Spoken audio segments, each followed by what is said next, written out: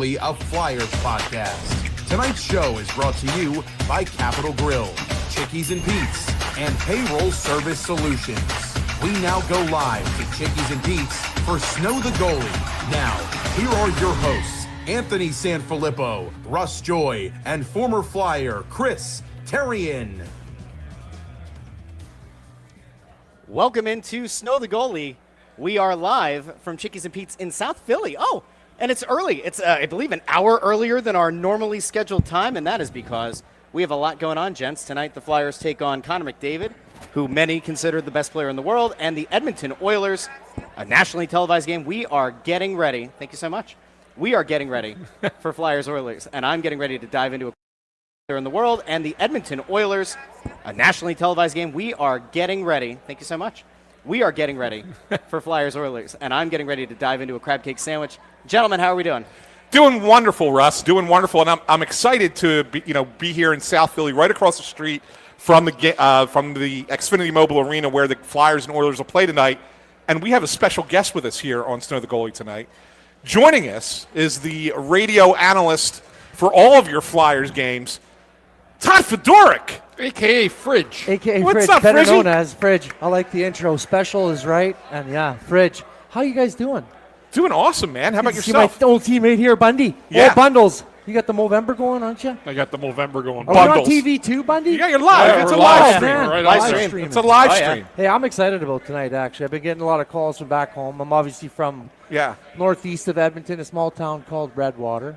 But, yeah, they like seeing their Oilers back here on the East Coast. And Connor McDavid, you mentioned him. He's always exciting to watch. You know, the best thing, yesterday we were over at Flyers Training Center, and Rick Tocchet says all the time, when we go into a game, I prepare. I'm worried about our team on 80% and about the other team about 20%. He said when it comes to Connor McDavid, it's 50-50. Yeah, between him and Draisaitl, I mean, Yeah. you have to be aware of when that guy's on the ice. He is one of the most prolific, the most prolific player in the NHL right now. He can create absolutely something out of nothing. He kind of fits that role, and you'll see it tonight. You'll see a different level of player in tonight's game with Connor McDavid. He does it every night. He turned it on the other night against Columbus. They were down 5-3, and he really put a show on in the third period. And they're going to need a lot of that because they've had a slow start coming out of the gates again. They pick it up as the season goes on, but sometimes you run out of that goodwill. So they're really trying to clamp some wins together as well as they start a 7-game road trip here tonight. Well, they needed to have a good game against Columbus after getting absolutely pasted by Colorado. Yeah. Lost that game 9-1. Yeah. One of the things for you guys that I wanted to ask you about, especially when it comes to playing this Edmonton team, do you feel like the Flyers have a little less pressure on a guy like Coots because maybe in the past he was really the only guy that you would put up against the other team's top line, but now that Noah Cates has kind of developed into that really responsible two-way center, that now you basically have two lines that you could kind of throw out there against good players like McDavid and Draisaitl and feel a little bit more comfortable about it and not worried about, oh, geez, who the hell else are we going to put out there against these guys? Defer to the D-man on that. No, Casey is obviously, I mean, when having a guy like that, he was not supposed to be that prolific shutdown type of, like very cerebral forward, right? Yeah. And he just started there. He's got skill as well, but how smart he is defensively, where he checks, how he plays with other players as well. Yeah, you can put him right against McDavid. He actually kind of broke out against McDavid, had his kind of breakout, like, holy smokes, this guy's shutting down McDavid. Yeah. So, is that a great thing to have? Because Coots is a special player in his own right, defensively, but just in the middle of the ice, he's a big, strong centerman. To have a guy, especially with the makeup of the team, the way that they're built this year now, to have that guy that can just kind of fill that role, you can move him up and down the lineup, but to have that one defensive centerman that can just be the number one shutdown guy, your face-off guy, Casey kind of fills that role a little bit, and that does make it a lot easier for Coots. Well, while we're on the top of a Coots, because the comments are certainly going to go wild about it, it was something that I think was an oddly manufactured outrage on Flyers Twitter, a pretty unhinged place as it is. You guys were both in locker rooms before. You guys know how captains typically talk about their teammates, about the way that you address things. An important piece of context that was lost in the whole Sean Couturier commenting on Matvei Michkov is that he was asked a direct question about Matvei Michkov, and how they're trying to work with him through the early part of the season. That got clipped up. People then somehow created it into Sean Couturier is a terrible leader. Who goes out and flames a young player like this? What an irresponsible guy. Get the hell out of here. Seemed insane. But that's for me, and I'm just a regular guy. You guys have both been in locker rooms. You know Sean Couturier. Your thoughts on his leadership and the way that, he addressed the situation and addressed the question. You know what? When I did TV, especially TV, I used to interview Coots a lot. And one thing he does, and it gives off, like I was watching the interview today, he looks down at the ground, and then he doesn't really look you right in the eyes. And I remember going back to those days, even when I interviewed him, he would just look down, and then he'd look up for a second and look back down again. It's not a great look when you're talking about somebody else, but that's just the way he talks. Mm-hmm. What he said was not wrong about trying to bring along a guy who's got a real knack offensively for scoring goals. But like you said, you're not going to score goals 100% of the time. So what are you going to do when you're not scoring goals? And that's something that every player has to figure out. Yeah, I took nothing of it. I thought Flyers Twitter went absolutely crazy. I thought you were going to get involved. I wanted us to start. We could have set up some fights. I mean, it was. No, the beats brawl in Philly, like Philly beats go for fight. Like that'd be great. Yeah, I mean, Duke it out, fellas. It was something else to see. Flyers Twitter shows again how toxic they are, and they didn't really understand what Coots was saying. I believe that. I don't think Coots said anything wrong at all. Do you think that the idea? Because all right, let me play devil's advocate, even though I don't believe in it. Let me play the other side.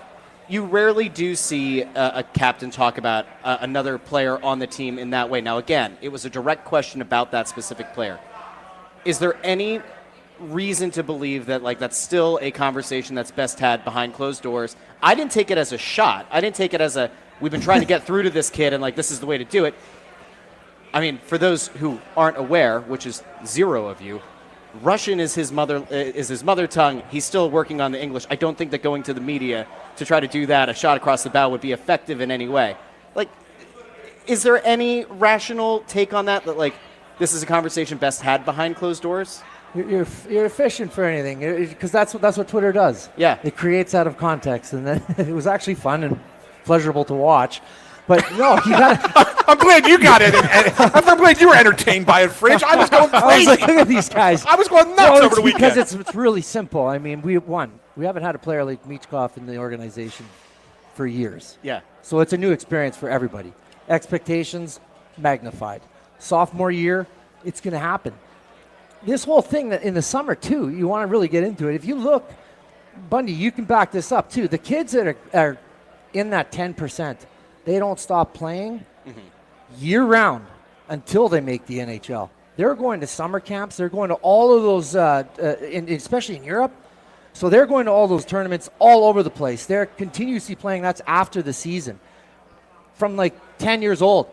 So when he's trying to say that whole 4-month off thing, it's the first time he's never been scheduled to actually be at a tournament. If it's on the European stage, right, or it's in Russia, or it's in that's a whole different world over there, how they play and how they train. And that's what's all leading into this. You know what? Every kid that gets into the NHL at that level, once they make it, has every right to be like, wow, breathe it in, take it in. But this is part of being in the NHL. You find out in that second year, whoa, I got to go year-round with this. Everybody, every single year, is actually trying to get better. The best in our game, Sidney Crosby. Why is he good? Because he's the last guy on the ice. He's shooting every day. He's doing all of that little extra work. And you might be good until you get here, until you find out and you experience all that you need to experience. I think it's the best place for him to be growing up in this town because of the way he plays, actually. And I think he knows it. He's got the support of his teammates and the support of his captain in words like that. Because if you're comfortable enough to say that about a young player, he's got a lot of respect for you in that locker room. So that's actually a good view inside the locker room. That's transparency. That's how I took all of it. But I also knew how the question was being asked in the first place.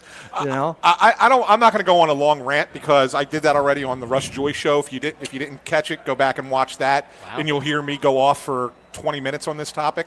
The one thing I do want to add to it, though, is yesterday I'm over at in Voorhees, and I'm standing by Coots' locker, waiting for him to come off the ice, and he comes into the room, and he sees me, and he goes, "Are you here to talk to me?"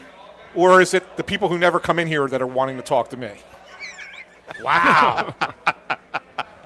Wow. So we were joking. He was kidding, obviously. But, I mean, that was the thing. And I asked him, I said, when did you find out about it? He said, I didn't find out about it until people were texting me on Sunday night about it. Like, he said, I knew nothing about it. And then all of a sudden, it's like I was looking, I'm like, oh, my God, they're making a big deal out of this. I was trying to compliment the kid. That's the thing. Yeah. Yeah. So I think it's actually worth moving off of it. Yeah. But, like, Yeah. surprise, surprise. You know what? Here's the parallel to make, right? I saw there was a controversy on Twitter yesterday or the day before because a radio host on one of the Philly stations said, well, VJ Edgecombe hasn't been as good as he was on opening night. Well, of course not. What's the one thing that we all want? Good, young, dynamic players that are going to take their game to the next level and ultimately lead a team to a championship. Right. We had like roughly a decade where there were very few of those players. Correct. Now, with each team, you have guys like that. Michkov happens to be the one for the Flyers, though there is another guy that I'd like to get to talking about.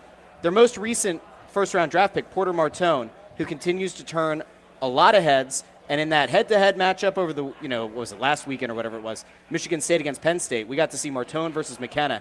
And, I mean, it looked like pretty much across the board, the player that everybody was talking about was Porter Martone. Are you guys surprised with the initial success that he's had at the collegiate level? And does it, to you, signal very good things to come for the young man when he gets to the NHL? I think he's the real deal.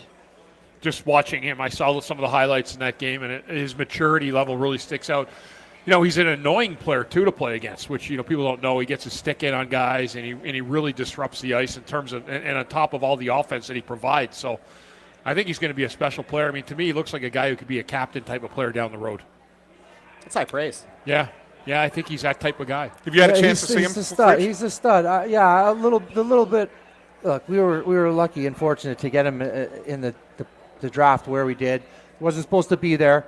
He was there, but honestly, there's a selfish part of me. I wanted him here at the start with the Flyers. So when I first heard that he was going down, I really wondered who was in part of that decision. It's got to be him. It's got to be him. He's got to be mature enough, and you know what? He's playing as good as he is down there. He is doing well. He's kind of lighting it up down there, and he is he's a big man up the middle, and he does play with an edge. He wants that experience in college. That's good. That does see that he's ready to grow a little bit. I don't think he was pushed down there because I think he could have been coming into play. And who knows? Maybe he'll come up right away. It might be too easy for him in there. Oh, okay.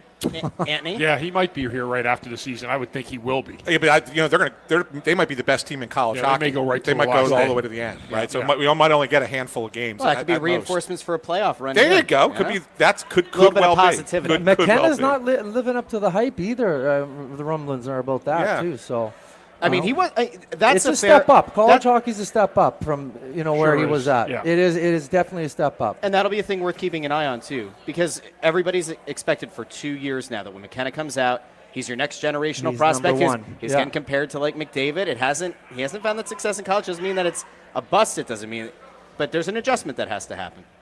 Now, Anthony, Yes. I think you've got something you want to get to. Yes. Well, first of all, you're listening to Snow the Goalie from Chickies and Pete's in South Philly, right here on 1490 WBCB and 107.3 FM. You can see live on YouTube, Snow the Goalie, Flyers podcast, and WBCB Sports. And it's time now for our Payroll Service Solutions Player of the Week, brought to you by Payroll Service Solutions. Call them today, 1-866-PAY-EASY. That's 1-866-PAY-EASY. Now, Fridge, every week we pick a Player of the Week, and we all take turns picking. Last week was the first time we had a unanimous choice when we picked Who was it? Trevor Zegras last week. It was deserving, Oh, right? yeah. They only had 2 games since we've last broadcast, which was Thursday in Nashville and then the loss Saturday against Ottawa. So we have fewer games to pick from this week. But if I had to say to you, in those 2 games, who would you say would be the Player of the Week? Who would you pick? Bundy and I are on the same page on this one. We've Are already you? discussed it. Yeah, we already discussed it. Do you guys want to reveal your pick while Fridge thinks? I don't I'd know. have Yeah. to go with the tender. Vladar. Vladar? Yeah. Well, he had a great game against Yeah. Nashville. Nashville. Yeah. Yeah. He Yeah. really did. I mean, and that's certainly a legitimate choice. Bundy and I are going to go with Cam York. That sneaky guy. He's been quietly good, hasn't Yes. he, all year. Quietly good as a defenseman means when you're not talking about him, he's playing really well. Yeah. But he's added a little bit of an element of offense to his game, which he has not had in the past. Like he's on like a 5 point. Yeah, right like now. we've seen the growth in the defensive game last year, right? And I think that he's still got that, but now he's adding that element. And listen, they took him off the power play unit with Zegras. Most of the goals that they've scored this year on the power play have been with York and Zegras together. And now they got Drysdale back there. This is not a shot at Jamie Drysdale, but they haven't scored a power play goal since they made the switch. I wouldn't. And Tocchet kind of deferred to Yogi on this one, and so we'll see if they make the change back and they put Cam York there. But I really like the way that the power play was operating with him at the point as well. And I think that he's really done a nice job and is an underrated player on this team this year. I really believe that. Well, hey, look. There's something to say for suppression. It happens in this league, right? And last year, we didn't see Cam York at all. We didn't see him pushed in development ways. We didn't see him pushed as a player. It was kind of left on the sidelines. And this year, from the start, from the get-go, from camp, the messaging's been we're going to give Cam York every opportunity this year. And you want to see that when a young defenseman comes in, or any young player gets an opportunity to grow and develop and get that kind of nod early in the season. You want to see them do good, because then we're going to do good as a team. But I think that's the situation with Cam York, and that's why I think they had him and brought him in, because they had that. And you know what? The success, him and Zegras have been doing this on the power play for a while. He quarterbacked the power play in that U18 team. Right. So they've got history. That one play, that's the same play I've seen that they pull off on a U18 power play. That behind the back pass, nice behind the back pass one timer to Cam York. Pew! Yeah, just like that. And you know what? That chemistry's there, and Yorkie's feeling that too. It's good to have your buddies on the same team. Zegras and York, two players that I'm not exactly sure would have found the same success under Rick Tocchet's predecessor. I might actually team up with you guys on the York. Well, I want to, Bundy. What are you seeing out of him defensively? I know you watch the defenseman on it with a little bit different eye. You know what? He's been very, very good. He's had a good gap. He's moved the puck efficiently. He hasn't just thrown it away. But he's defended a lot harder. I always said, like, when I'm telling, like, smaller guys or guys that aren't overly physical how to defend, I always tell them to watch a guy like Duncan Keith or Eric Desjardins, if you can go back that far and find clips. But Duncan Keith wasn't a big guy, but he had the best stick, and he was so competitive with that stick and the way that he battled for the puck. And York has done a much better job of that in the D zone this year, freeing up loose pucks, moving the puck with efficiency, and then jumping up in the rush to help layer that offense. So, I mean, he's really had a good start to this season. And I agree with Fridge said, like, there wasn't a whole lot of Cam York last year. You know, we didn't have a whole lot to say about him the whole year. It felt like he was kind of stunted his development a little bit in terms of where he was. Clearly he hated the coach, and we found out later just how much he did hate the coach. So you're allowed to. That's people got to understand that. You're allowed to. I hate. You still got to do what they say. You got to do what they right. say. Yeah. But you're allowed to not. And I think.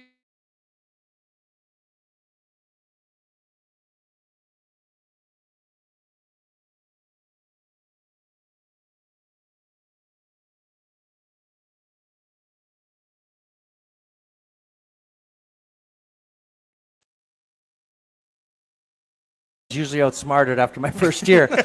Duncan Keith was one of those guys. He could get you with his stick. He could evade you, or he could just stick check you very easily. And that's a skill set. To not take a penalty in today's game and actually stick check is a skill set. Like earlier on, the Flyers taking a lot of penalties because of that stuff. So you got to learn that craft, and that takes time. But Yorkie's been much better in that space as well. Russ, are you with us on this now? I think I'll go with you. Yeah, all right. Unanimous. Well, we went with Fridge went with Vladar, but I think he kind of came on board. You know what? Since he's the guest, I might have to double up with him. If you do that now, we're splitting it. I like a split vote. Vote. Who breaks the tie? We've never had to go this way before. No. Do I get to break it because I read the ad read? No, you did that on your own one time. I don't know if I like that idea. No, I'll go with you guys on York, but but I do want to talk about Vladar after you're done. So that was the Flyers Player of the Week, once again brought to you by Payroll Service Solutions.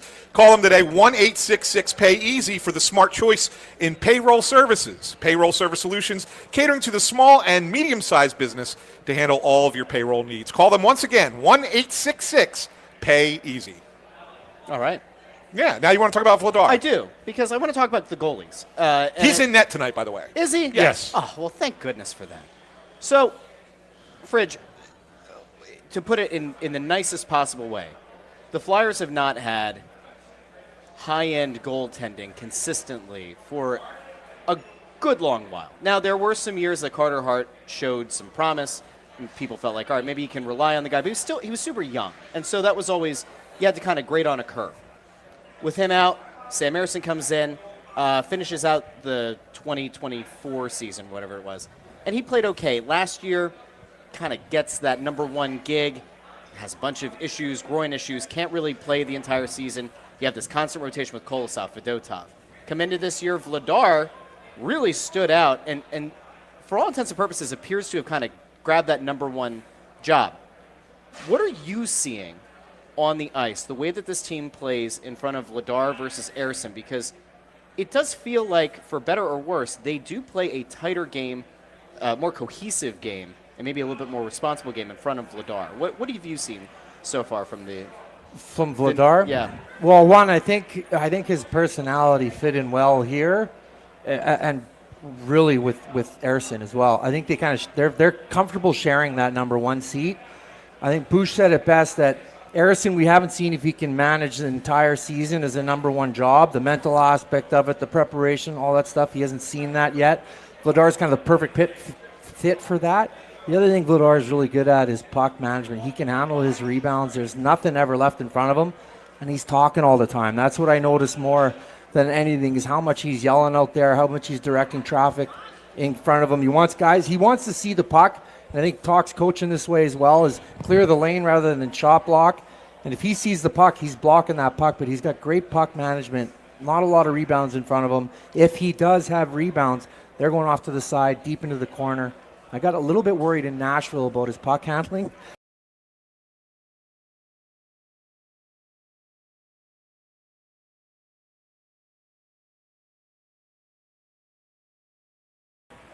Yeah, it's true.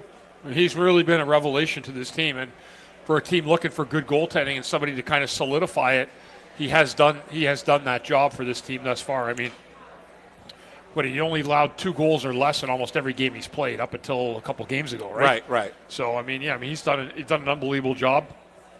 He's still top 5 in save percentage in the NHL as well. So my question for you guys is this, based on that. So he's been great. There's no doubt about it. He's been really good, and he's one of the reasons why the Flyers have gotten off to a good start. The question is that for his entirety of his career, he's been a backup goalie. He's never been a number one guy.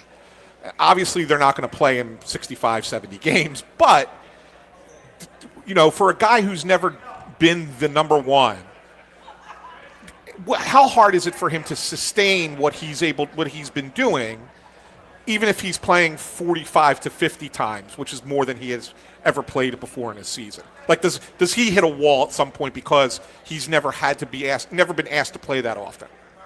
You know what? You're asking the wrong guy this question. But I think from former player perspective, that role for Vladar, look, you never know when a goalie's going to become number one. The development curve is, I guess, unique and individual, longer than any other curve. So was he in that position to become the number one this year or in the next few years or maybe last year in Calgary? That's what I'm thinking, because the way he's playing here, that has to be the case. Maybe he's reached his pinnacle, right, and he needs the time now. He's developed, he's mature, he's old enough as a goaltender, but then that Wolf kid comes in. Right. This kid's lights out. Yeah. So that sometimes could happen. Is that the case here? Maybe, because we've got a great relationship with Calgary. I think Danny and Conroy and Jonesy. I think that's what happened. I think he was a player that's ready to become a number one, wants the opportunity, and knows he's not going to get it in Calgary. And that kind of worked out for us very well, because that's what I think we got in Dan Vladar. The interesting thing with when he was in Calgary last year with Wolf, they were protecting Wolf a little bit. They would play Vladar against the better teams. Right. Down the stretch especially. So like that kind of, even though his numbers may not look stellar when you're going up against the best offenses in the league constantly. Hey, Bundy had to shut down Jagger every time. Somebody had to do it. Somebody had to do it. Nobody could do it better. Bundy was the shutdown. Only man that could shut him down. Jagger even said it. Yeah. There you go. Those proof. are good That's times. Proof. Thanks Hey? for pumping me up, Fridge. I appreciate it, brother. I know we have you boys for like 5 more minutes because Fridge, you got to go get ready for the radio broadcast. Bundy, you are doing a season ticket holder And event. pregame radio, and do pregame radio. So I just want to kind of have you guys kind of give your thoughts about this game tonight, and then Russ and I will take this thing home. Well, I'll go first, Fridge. Yeah. I mean, when I look at Edmonton, this is a team where, in terms of what the Flyers have been trying to build since the beginning of the year, it kind of comes into this game. Get to the middle of the ice, take lots of shots, overpower the other team's defense when you get the opportunity to. Edmonton gives up a lot of goals. And Skinner has been kind of up and down for the last You mean several Edmonton years. doesn't have a goallie? They don't have a goalie. They got bigger goaltending issues than we do. I'm stunned. Yeah. Imagine being in back-to-back Stanley Cup finals and having the goaltending issues they have. Right? That's usually not something you're talking about. McDavid having buyer's remorse on signing back for 2 Well, years. he's given them a 2-year chance to try to build it right and see if they can win one cup with him. Find a goalie with a pulse. Any goalie with a pulse. But Yeah. no, I just think this is a game where if the Flyers play the kind of game Rick Tocchet has had them trying to play, and they've done it a little bit successfully of late, this should be a Flyers win tonight. I don't think Edmonton can beat the Flyers if the Flyers play the kind of game that they need to play. Fridge? Yeah. The Flyers got to expose their D. They're weak on their D. They got some slow-footed guys, and obviously goaltending's weakness. So lots of shots from everywhere. The one problem they're going to have is Edmonton's not doing well right now. They're going to get one of those teams that's pissed off, that needs a win really bad, and that's what's going to happen. Edmonton can get things together, and it can be a dangerous team. So if the Flyers play the way that they're supposed to play and continuously getting better, I think they're going to be on the winning side tonight. But it's going to be a good game, that's for sure. Flyers been good at shot suppression recently. Do you think that tonight is another one of those games where we see a lower shot total, or do you think this is one where like the skill of McDavid and Draisaitl are just such that there's nobody who can actually contain them, and it's going to be kind of open season on Vladar? Yeah, Edmonton's not a team that stays perimeter. They use speed. They penetrate from the inside. They do they swing that centerman out or that winger out in between the D-man on the top, so they do the umbrella play. They're all over the place offensively. I think there's going to be a lot more shots. Flyers have been really good at, I guess you'd call it a box plus one, or they basically play a penalty-killing type of defensive style, which you don't get a lot of shots, and you might get a lot of offensive zone time, but there's nothing happening. Yeah. And it's like a little bit boring to watch, but there's nothing happening. So Edmonton's not going to be playing like that, so they'll have to watch out. Breaking news for you guys. Breaking news. Breaking news. Tyson Forster, activated off of IR, will be in the lineup tonight. Whoa! Okay. For the Flyers. Carl Gunderson sent down to the Phantoms as the counter move there. So Tyson Forster back in the lineup tonight. Think they put the line back together? I do. They were practicing that way yesterday. So they changed the lineup. There was a line change real quick before you guys got to roll. They put that line back together with Forster, Cates, and Brink. But the change is they put Zegras on the wing with Coots and Michkov. So now you got that. That means the other line is Tippett, Dvorak, and Konechny. I'm interested to see what Zegras and Michkov together with Coots in the middle, how that plays against a fast Edmonton team. Yeah. I'm more worried about TK and Tippett. No question. Because they're two different. They're almost conflicting styles. It's like putting two poles together. Well, I'm sure Russ and I will talk about Tippett, and we'll probably dive into it more with Bundy over on the Press Row show when we come over to the building. But like he just seems like a guy that doesn't have a good fit on this roster, like on a line. He's got a ton of skill, a ton of speed, and just doesn't seem to have something needs to be found. Something needs to be found. Yeah. Whether it's a dynamic teammate or a player or somebody that he can, because there's something there that's just it's like an unbridled. It's waiting to be broken out. Yes, I agree. Hopefully, Talk can do that. I agree. Fridge, thanks for hopping on with us today. Thanks for having me, boys. Have a great show. Bundles. Yep. Have a great show, my friend. See ya, buddy. Yep. And Bundy. Yeah, I'll hang out for a couple more minutes. Oh, okay. You got a couple more minutes. By the way, the Halloween, the dodgeball, you playing Jason? It wasn't me. Oh, yeah. There's a guy who just happened to sound a lot like you. Yeah. Well, whoever that guy was. It was good. No, that was good. He was fantastic. Timmy actually said that it was me on the air. So, yeah, I have fun doing that stuff. Yeah, good stuff. Good stuff. Todd Fedoruk, thanks for joining us here on the Snow The Goalie. Oh, he's awesome. He's awesome. What a guy. Give it up. One of my favorites. Stick one caps of my favorites. On the table. Yes, absolutely. Above the table. Thank you. Yeah. Yep. All right, there we go. All right. So, I guess we can. I Continue guess the I should say conversation. this Well, real let me before you get there. Okay. Listen, we've been going here for about a half hour straight. Yeah. And we once again, we haven't mentioned it today, but if you're out there and you're watching or you're listening or whatever on YouTube or Facebook or X and you want to have a conversation, you can give us a call. 215-949-3232. Again, 215-949-3232. Let us know what you think. Weigh in on everything we had to say. Do you have a different player of the week? What are your thoughts on Tippett? Konechny. A lot of people, I mean, we'll get to this in a sec, but let's kind of wet the whistle a little bit, a little tease. While some people have been very concerned about Michkov, it seems like maybe there hasn't been as much concern about an Owen Tippett or a Travis Konechny. We'll get there in a little bit, but first. Oh, now I can go. Okay. Go ahead. I'm telling you, I'm looking around Chickies and Pete's right now. Yeah. Really good crowd here tonight. Really good Flyers crowd here tonight. A lot of Flyers jerseys sitting out there at the tables. This is the perfect place to watch a Flyers game. It is. And I'm sure it'll be a great crowd in here for the game tonight. But even when they're on the road, head out to Chickies and Pete's, grab a basket of crab fries, which Russ and I have between us. Go to one of their specialty pizzas, the Lisa Blonde lobster pie, the shrimp tomato, the hot honey pepperoni. Bundy gets the traditional every week, right? Yep. It's awesome, awesome pie. Russ got the crab cake sandwich. I had the barbecue burger tonight. All good stuff. So stop by the flagship location where we are tonight in South Philly, or any one of their 17 locations, and make sure that you check out a Flyers game. And if you need to find out more information, go to chickiesandpete's.com to check out for all of their upcoming events and more. I've actually been told we have a call. Great. See?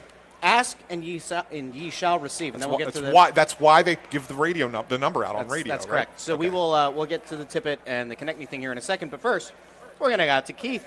Keith, you're on Snow the Goalie Radio. How are you tonight? Gentlemen, good evening. How are you guys? I'm doing great. That's awesome, Keith. Where are you calling us from? I'm out in Ohio now. I Wow. used to live near Harrisburg. Okay. Outside Harrisburg, in a little podunk town with 200 people in it. Oh, Yeah, right. Okay. yeah, that's great.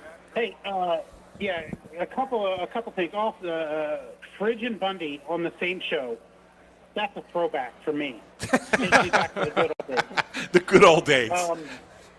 Right, but Bundy, we talked briefly at the end of last year. How's your recovery program going? Is that still going well? Doing great. Yes, sir, it is. Yeah. Getting lots of people help and Excellent. still Love to doing hear that. it. Good. Hey, I mean, I know just a stranger, but we're proud of you for the effort you put into making that happen. That's a real big thing for you to do. Thank you very much. I really appreciate that. Yeah, for sure. But my actual Flyers-related question. Yeah. What are we going to do when we have Martone come in and we are already overflowing with wingers? It's a great question. It is a great question, Keith, and thanks for the call. We'll give you that answer. I always say to a question like that, they'll figure it out. Yeah, no, it's a good problem to have, right? I mean, it's their, the Flyers still need centers. The Flyers still need defensemen. They have a glut of wingers. So if you're going to go out and trade for a center or trade for a defenseman, you're obviously going to probably move a winger at some point. Who that winger is, we'll have, time will tell. People are going to keep fighting for jobs. And keep in mind, it's not just Martone. Like they have high hopes for Bump down with the Phantoms. I know he got off to a slow start, but he's starting to, they start to feel like he's getting there soon. So they have other guys that they feel like, that are going to be coming into this lineup, and where are they going to fit? Yeah. So somebody's going to have to go out. And I think that's why, when you hear about the rumors that are going around, they're going to trade Owen Tippett. I think that's just people saying, there was a chat between general managers and they ask about a certain player, and that's how those rumors kind of get out there. Doesn't mean there's anything imminent, but I think that's probably where you're going to look first if, in fact, you get to a point where Tippett is still kind of inconsistent and doesn't have, anybody, keeping him scoring on a regular basis. That may be the direction that they look to go. And the reason is, and this is the thing that's most interesting, and I know a lot of people think it's a bad contract, right? But it's really not. Which contract? Tippett. It's a bad contract. And I'll tell you why it's not a bad contract. guys are currently getting paid. You're starting to see the new money that's coming out, right? Mm-hmm. Twice what Owen Tippett's making now. Yeah. So 7 years from now, at the end of Owen Tippett's contract, where is a player in your roster making $6 million? Yeah, right. At the bottom of the lineup. Right. Right? So it's not a bad contract. The part of the contract that's a little bit concerning is the limited no trade clause. So he can able starting next season, and for 4 seasons, he can pick 10 teams that he cannot be traded to. So it does limit what you can do with him starting July 1st. But if you decide you're going to trade him before July 1st, then that doesn't come into play. So therefore, as of right now, it is not a terrible contract. You can argue that the length is maybe a little long, but it's not like, oh my God, this is going to bury them for years. It's not. It's an affordable contract for the type of player that he is.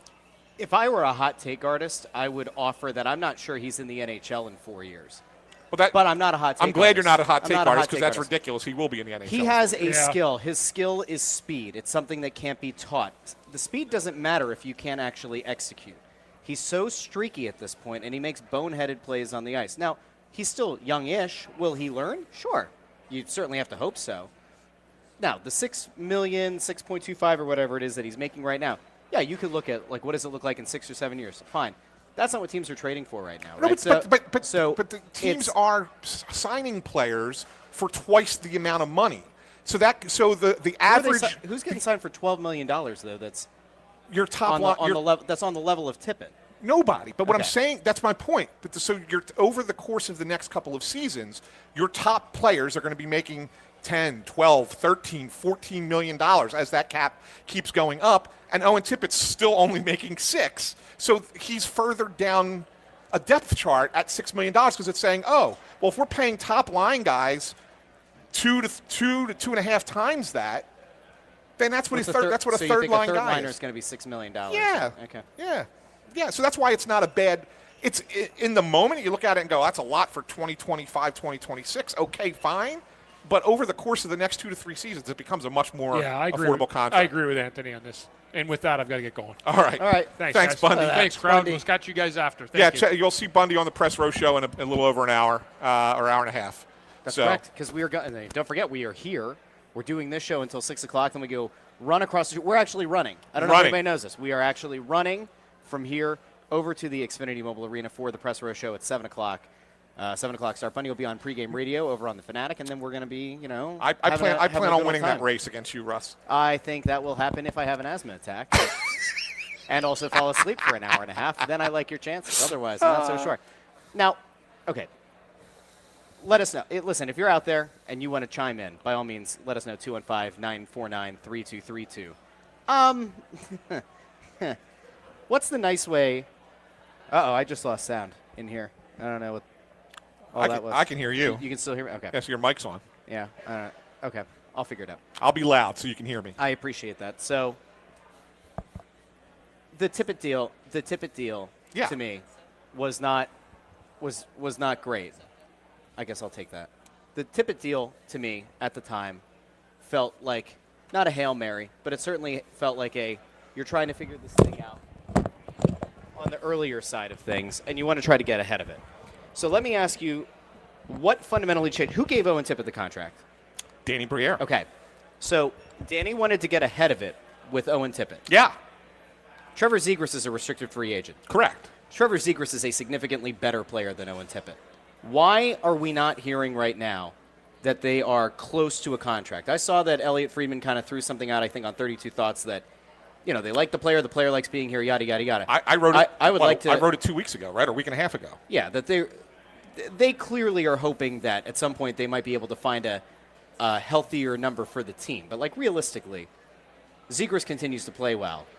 The longer I think this goes, the higher risk you have of this becoming not untenable, but you run the risk of that number jumping and jumping and jumping. I agree with you, and that's why my recommendation 10 days ago when I wrote that column was do it now. Why wait? Because I think that you can probably get him in the $8 million range, 8-ish, might be 8.2, 8.3, whatever. But I think that you can get him in that range today. Whereas if he keeps going and he becomes a 90 to 100 point player for the year, let's say he has a great year, he's your leading scorer, he's a top 20 in the league in scoring, whatever, and he's that kind of player. And then you're negotiating that in the offseason while he's a restricted free agent. Now all of a sudden you're looking at a number that's bigger than that. Correct. And if you still don't want to pay that and you say, well, take him to arbitration, which is never a good thing. You should never go to arbitration. Nope. You're now putting it in the hands of an arbitrator or an arbiter who's going to sit there and choose between your offer and what they want. And not like, the arbitrator doesn't negotiate a price. It's one or the other. Yeah. And so you really run the risk of then having to pay more. I'm of the mind that you should sign him right now. I agree. Yes. If you can get him even in the 9s, like 9.25, you do it right now. Yeah. I don't think they're that high right now. But see, the thing is, like, I'm just saying, I don't think that Zegras' camp is in that high. Jesus, right if that's the case, Yeah. and they're looking at like 8.5, 8.7, what exactly do the Flyers hope his number is going to fall to? And how poorly does he have to perform for it to fall to whatever? Because let me use your Owen Tippett analogy. There, Yeah. Right? Owen Tippett's ceiling is here. Trevor Zegras, in theory, if he's a center, it's significantly higher. If he's a winger, we would probably agree Zegras could be a top-line player.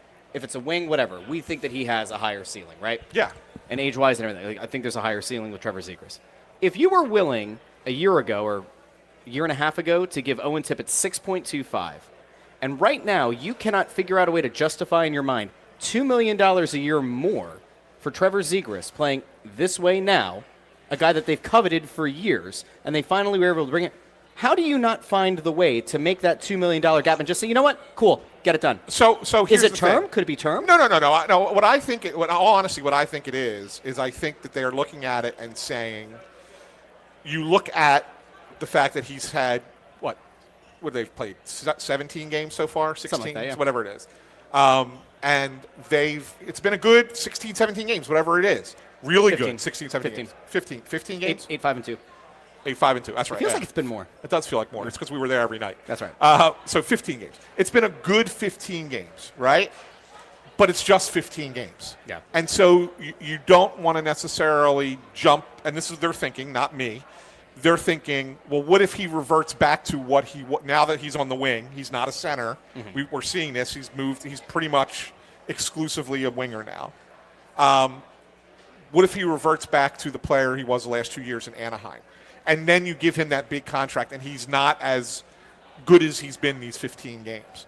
Then are we 3 years from now, 2 years from now, cursing this contract, right? So I think that they want a little bit more of a sample before they decide, okay, we're willing to pay that much more money. Right now, they're comfortable. I think the Flyers right now would be comfortable in the mid-7s. Okay. And I think Zegras is asking for the mid-8s. So it's not that I think that they're far apart, but I don't think it's anything that's imminent either. I think that they want to give it a little bit more run. Wouldn't surprise me if it's closer to February that it would happen, and take an assessment, like a half-season assessment at that point, and then to make the determination. I don't think that they want him to kind of earn it, as opposed to, hey, you had a great month, let's pay you all this money, right? Okay. So I think that's what they're thinking. Would I sign him? I see enough in his game, and I've seen enough in the way he played in Anaheim prior to the last 2 seasons to know that he's a player that can be this on a consistent basis if he wants to, and therefore I would give him the money. And maybe I'm wrong. Maybe I would be wrong to do that, but I would personally pay him the money. You know what's kind of bananas is that he is almost 2 full years younger than Owen Tippett. I know. Yes. So, like, when you think about, like, does a guy have the ability to grow? Does a guy have the ability to mature? Can his game kind of fill out even more? To me, like that, 24. There's a lot of learning to do. There's a lot of leeway. I don't know. I don't fully understand, perhaps, the Flyers' mentality on this one. But we'll see. Listen, I think maybe the thing that you're looking at, if you're the Flyers, is that there have been injury issues the last 2 years with Zegras. Yes. Played 51 games or 57 games last year, 31 the year before. You know, maybe that's part of the concern. Sure. You know, can you stay healthy? Maybe they get to the mid-season mark and say, all right, based on the fact that you've been healthy for the first half of the year, point production has remained, relatively close to a point per game guy. All right, cool, let's get it done. I mean, maybe there's some thought to that. Yeah. Maybe. Yeah, and as Tony Louis points out, although I don't think it's going to go this long, it's, under the new CBA, 7 years is the new max, so you can't do 8 anymore. Yeah. So if he waits till July, you can only get 7 years. Okay. So, but I don't think I don't think it goes that long, Tony. To be honest with you, I think it's going to be like a 5-year deal. No. What I mean by that long is I don't think it waits till July. Oh, okay. Yeah, I think they get it done this season. Yeah. I just think it's a little bit later in the season and not right now. I think Weiland here, by the way, is correct. I think Weiland is spot on, saying Zegras is going to want to stay with his boys here in Philly, like Drysdale and York. I agree. I think it's a big part of it. They are very tight. I mean, when I tell you they're very tight, you should see the way they goof off in the locker room afterwards. Like it's like 3 brothers. Like I watched them talking to each other. It's like 3 brothers. And York's the quiet one, but Zegras and Drysdale are the more animated, fun, like the fun guys, and York's like the big brother in a lot of ways. But yes, they're very, very close, and I think that that's important, and I think that the Flyers recognize that, and I think that that's one of the things that they wanted to make sure that they did. So when they locked up Cam York last year with his contract, it was that, okay, now if Zegras comes in and he's able to be the guy he's going to be, we're going to lock him up. And then, what I'm saying? Like, Drysdale's had a pretty nice season so far. Not off the charts great, but certainly a lot better than he was a year ago. And so, he's trending in the right direction. So there's another guy you will say, okay, these 3 guys who are like brothers could well be a part of our core for the next 5 to 8 years. And that's something that we want to have happen. And I wonder, what's the you think about it, right? If you have a team that has a young enough core that all starts to grow and blossom together, we always joke, and I joked about this the other week, where I was like, well, if you need that solution to that number 1 defenseman issue, Quinn Hughes is a free agent in 2 years. Yeah. And has a very good relationship with Rick Tocchet. Yeah. And does he look at a young core? Maybe that is in some way anchored by Zegras, York, Drysdale, and Zegras company. is tight with him, too. So there you go. I mean, he's tight with all 3 of the Hugheses, but he trains with them in the offseason. He goes, hangs out with their family home up in Minnesota, I think it is, or Michigan, Michigan. I forget what one of those M states up there. Yeah. But anyway, he goes and hangs out with them. So you got that as well. So you're not wrong to suggest that. Yes, if Quinn Hughes becomes a free agent, there's going to be 30 teams that want him, right? Yeah. But that is certainly something that you look at and go, oh man, that would be an attractive thing for him to play with guys that he's tight with and friendly with on a team with a lot of young players locked up for a long time. So that's a positive, all right? There's a potential path there. Yes. I want to get to another guy that I think it's fair to have some concern about now. Travis Konechny.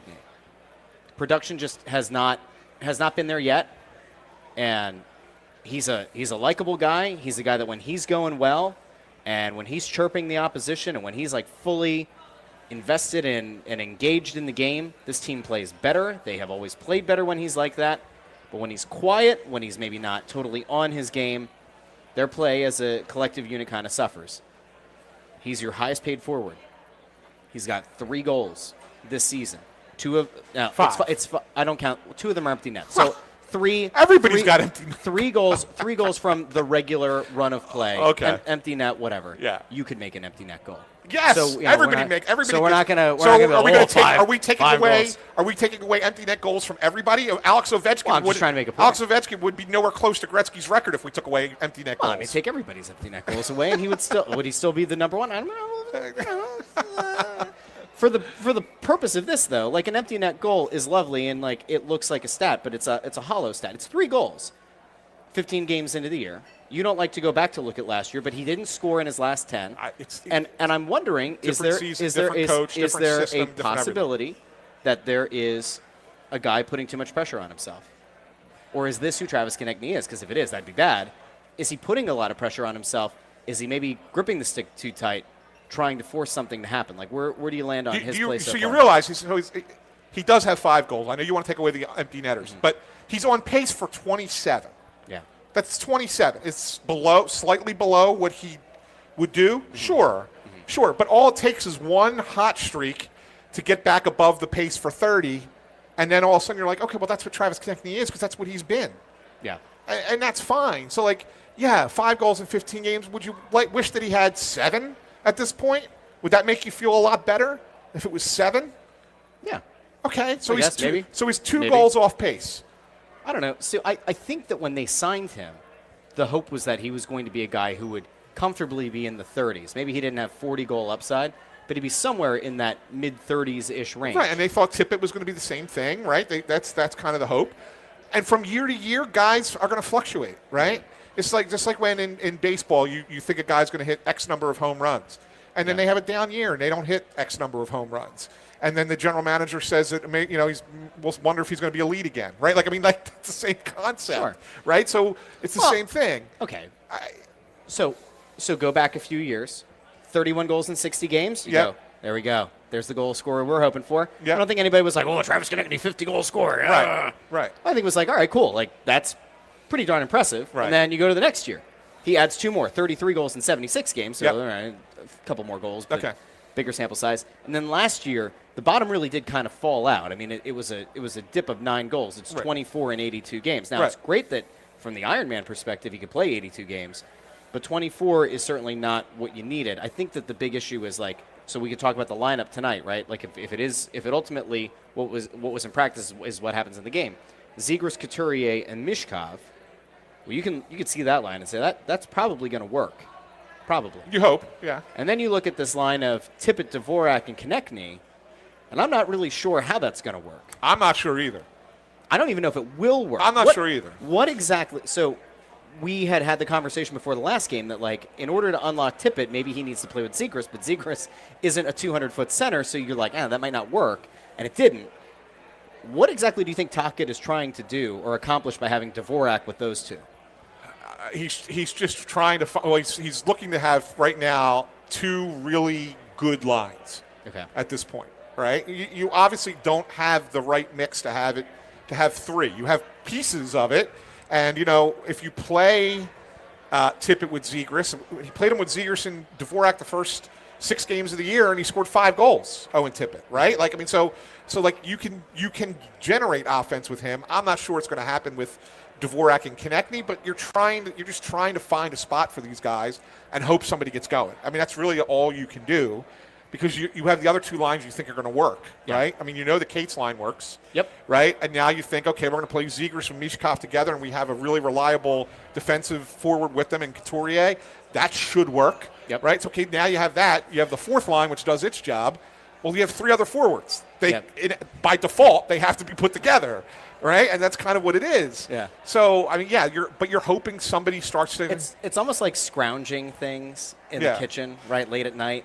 You're looking for a little snack, and you're like, all right, I've got some peanut butter, got a little bit of bread, maybe some crackers. And you go, I have some shredded chicken. And you think to yourself, well, peanut butter can go into pad thai, and chicken can go into pad thai. Maybe it'll work. And then you put it together. And maybe it doesn't. It depends on it depends on your state of mind how well it works. Guess what? But Who was the first person that put peanut butter and banana together? Hey. Or who was right? Right? Yeah. Elvis put peanut butter and banana together, and he used to put it on a hamburger. As a matter of fact, on a hamburger? there's a place in Atlanta called the Elvis Burger. It's a peanut butter. sounds gross. Peanut butter. It's actually pretty good. Is it? Yes, it is. Did I Actually, ever tell you about the fluff burger? No?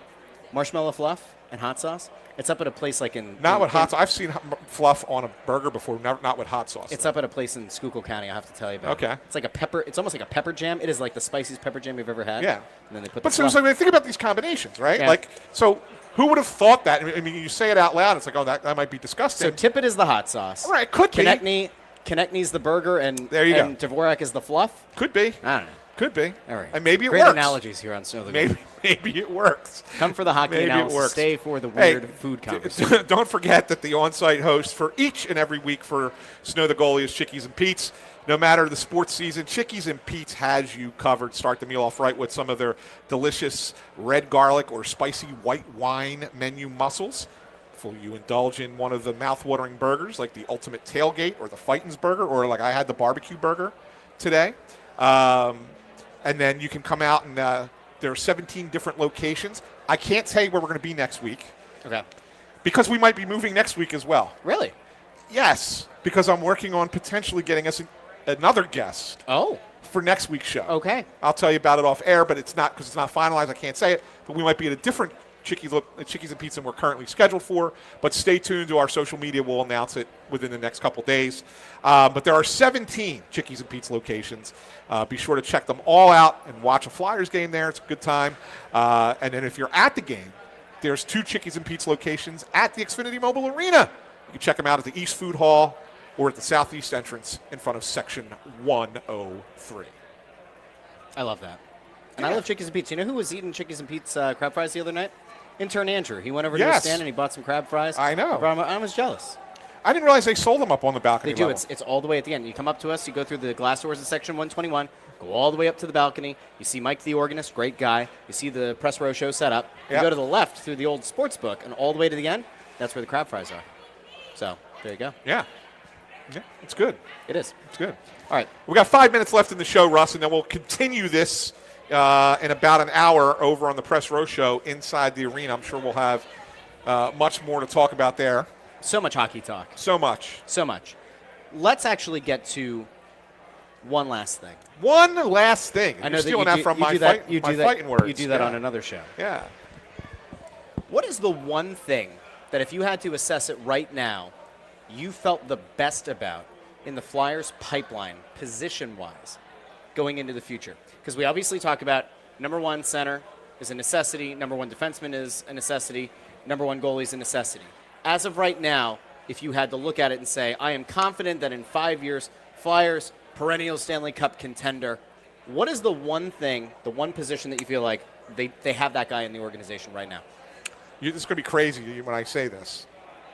But Am I goalie. I just saw a guy over there kind of shiver when you said, Yeah, all right, go ahead. goalie. Go ahead. Well, look, I think that they have 2 prospects. I think Zavragan is the guy that they ultimately believe is going to be the guy. Okay. All right. Played really well in the KHL. I think ultimately he's that guy. Okay. But don't sleep on Carson Bjarnason. Got off to a pretty good start with the Phantoms, and he's playing a lot more than they anticipated, because you had Urson was out, and so they had to call up Kolosov, and so Bjarnason had to kind of be the lead dog there for a little bit. Played well. And so I think you look at that and you sit there and go, you have 2 guys there who, we're developing and we feel really good about in the system. Kolosov's played well. Alexei Kolosov. Right? And when he's played in the AHL, he's played well. Yep. You got Vladar playing like a number one right now at the NHL level, surprising a lot of us, but he is playing that way. Again, small sample. We'll see where he's at in March if he's still in the same spot. Yep. But you look at it and sit there and go, they have some goaltending depth here that they've never had before. That is true. And so, if you had to say to me, where do I feel most comfortable of what their depth is? There are guys at other positions that you say, okay, that should be a good player, but you don't quite know. You haven't quite seen the consistency. I've seen consistency out of these guys in goal. Mm-hmm. And so, even though it's at a smaller level or in a different league or whatever, I sit there and go, I would be excited about that. I think they might have something there. So that's the one I would say. I'm going to be honest. We've done this show together for 8 years. I did not see that answer coming. I thought you'd go wing. Well, if for no other reason than they have a glut of wings. Well, because of Martone. Yeah. Martone makes wing automatically. Dude looks like a stud. Yeah, I get it. But you're saying that you said depth, right? So Yeah. I don't know, beyond Martone, it's like Trevor Zegers. No, but you said Alex Bump. in the system. Yeah. I'm going off of in the system. Oh, okay. I'm ignoring what's on the current roster. You know what? I actually do have something that we can finish up with here. Yeah. And then I want to carry into the Press Row Show at 7 o'clock on the Snow The Goalie YouTube channel. Nikita Grabenkin. Why is he not playing every night? He's playing more now. He's getting 8 minutes a night. Okay, but he's still playing. You said, why is he not playing every night? He's not night? in the lineup tonight, I don't think. Did they take him out? I think he was he was the group of players that are probably going to be scratched. Oh, tonight. okay. We'll carry that conversation. Yeah, we'll carry that Press Row conversation Show. over. Okay. You know me. I'm number one on Grabenkin Island. Yep. Big believer. All right. Thanks to everyone who came out to Chickies and Pete's to see the show tonight. Great Flyers crowd here tonight. That's awesome. Love to have you guys out here. And I guess we'll see you over at the arena. At the Xfinity Mobile Arena. Big thank you to everybody who tuned in live over on WBCB Radio as well.